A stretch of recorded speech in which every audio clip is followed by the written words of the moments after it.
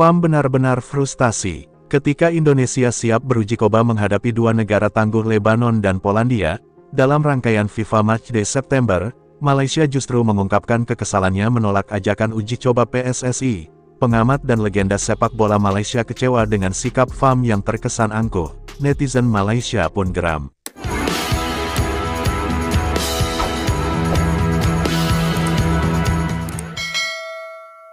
Di kalangan pemerhati sepak bola Malaysia, mulai bermunculan suara-suara penyesalan pasalnya undangan uji coba dari tim nasional Indonesia yang sempat datang beberapa bulan lalu ditolak oleh pihak Federasi Sepak Bola Malaysia, FAM, dan kini keputusan itu menuai kritik dan rasa iri.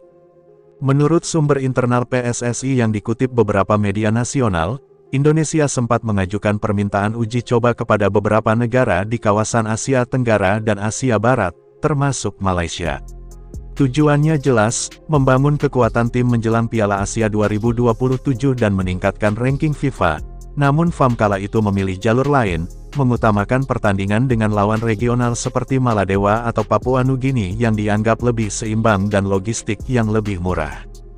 Saat PSSI mengumumkan bahwa mereka akan menghadapi Lebanon dan Polandia, dua tim dengan ranking lebih tinggi, sejarah kompetitif yang kuat, serta rekam jejak di pentas internasional, komunitas sepak bola Malaysia langsung memberikan reaksi. Sejumlah analis sepak bola Malaysia mengakui bahwa langkah PSSI untuk menantang tim-tim kuat menunjukkan visi jangka panjang yang belum tampak di FAM. Ini bukan soal menang atau kalah, tapi ini soal membentuk mental bertanding, pengalaman menghadapi tim-tim Eropa dan Asia Barat.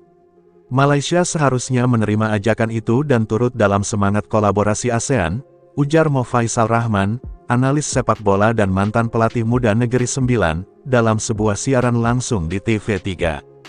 Di media sosial, tagar seperti tagar sepatutnya Malaysia dan tagar kenapa tolak Indonesia mulai bermunculan, memperlihatkan kekecewaan publik atas kebijakan yang dinilai terlalu konservatif dan minim keberanian.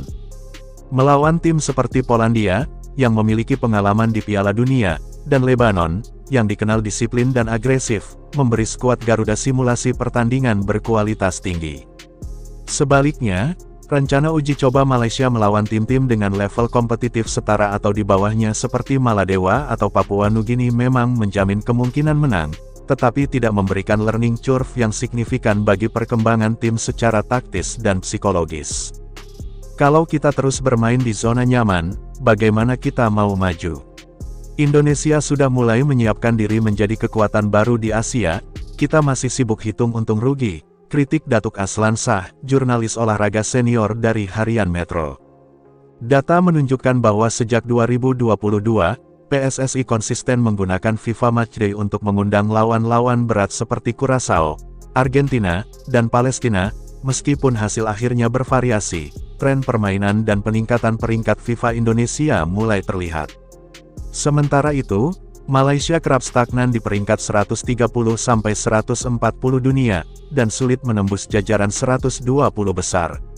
Di saat negara tetangga lain mulai membuka akses ke sepak bola global, Malaysia terlihat masih terlalu fokus pada lingkaran kecil regional. Kini, banyak pihak di Malaysia berharap agar FAM mulai bersikap lebih terbuka dan strategis. Penyesalan karena tidak menerima ajakan uji coba dari Indonesia menjadi cermin betapa pentingnya kolaborasi dan keberanian dalam mengembangkan tim nasional. Kadang kesempatan hanya datang sekali, bila kita menolaknya karena alasan jangka pendek, kita mungkin kehilangan momentum jangka panjang, ujar Faizal Ismail, kolumnis sepak bola. Keputusan FAM dianggap oleh banyak pihak sebagai bentuk eksklusivisme institusional yang mengabaikan semangat kolaborasi regional. Dalam beberapa wawancara media lokal, sejumlah pengamat sepak bola Malaysia mengungkapkan kekecewaannya terhadap sikap yang dinilai kurang bijak ini. Salah satu analis, Dr. Amirul Faiz, menyatakan bahwa keputusan tersebut menunjukkan adanya defisit diplomasi olahraga, yang dapat merusak citra FAM sebagai lembaga pembina olahraga nasional yang terbuka terhadap pertukaran kompetitif. Menolak uji coba tanpa penjelasan yang mendalam kepada publik membuka ruang spekulasi dan ketidakpercayaan. Ini bukan sekadar soal pertandingan, melainkan tentang membangun jejaring kepercayaan di antara negara-negara ASEAN, ujar Dr. Amirul. Reaksi dari netizen Malaysia pun menunjukkan dinamika opini publik yang kompleks.